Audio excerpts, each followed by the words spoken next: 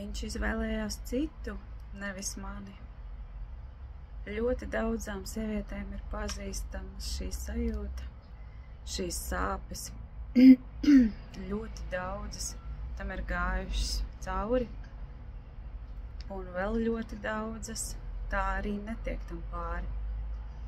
Viņas domā par to, atgriežas tajā visā, naktis nevar gulēt, varbūt pat bezmiegs ir, ļoti daudz ko dzīvē nevar izdarīt.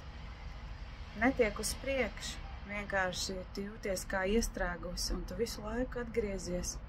Kāpēc tā notika? Kāpēc ne es? Ar ko es esmu sliktāk? Kāpēc mani neizvēlējās?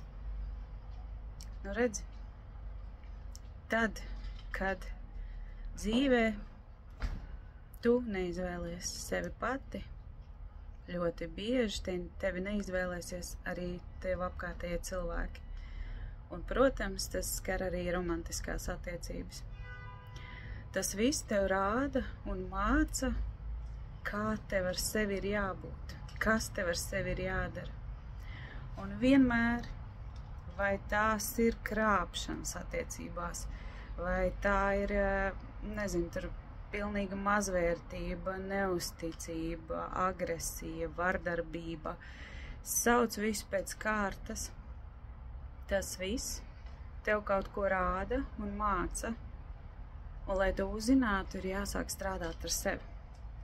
Ja tu nesāksi strādāt ar sevi, nākošās attiecībās tu pieredzēsi to pašu vai kaut ko vēl sliktāku, kamēr tu ieraudzīsi, kur ir īstais iemesls. Pārstāj ciest, tiešām pārstāj ciest, griezies pie speciālista un ej terapijā, palīdz sev. Tu vari neciest, tu vari dzīvot savu dzīvi un redzēt un virzīt fokusu vispār uz to, kas pat tiešām ir svarīgi, uz sevi pašu. Pārstāj ciest un izniekot šo laiku ciešanās, jo tas, tu zini, tas nekur neved, tas nekādīgi tev nepalīdz. Un visu laiku prātam atļaujot uzdot šos jautājumus, kāpēc tieši tā notika, tu nekur netiksi, jo tavi uzstādījumi ir zemapziņā. Tas viss ir ierakstīts tavā zemapziņā. Ja tu pa īstam gribi uzzināt, kas ir ierakstīts tavā zemapziņā, nāc pie manis uz terapiju, vispirms piesakies uz bezmaksas konsultāciju, un tad es tev parādīšu, ar ko sākt. Ja esi gatava, piesakies. Es tev gaidīšu.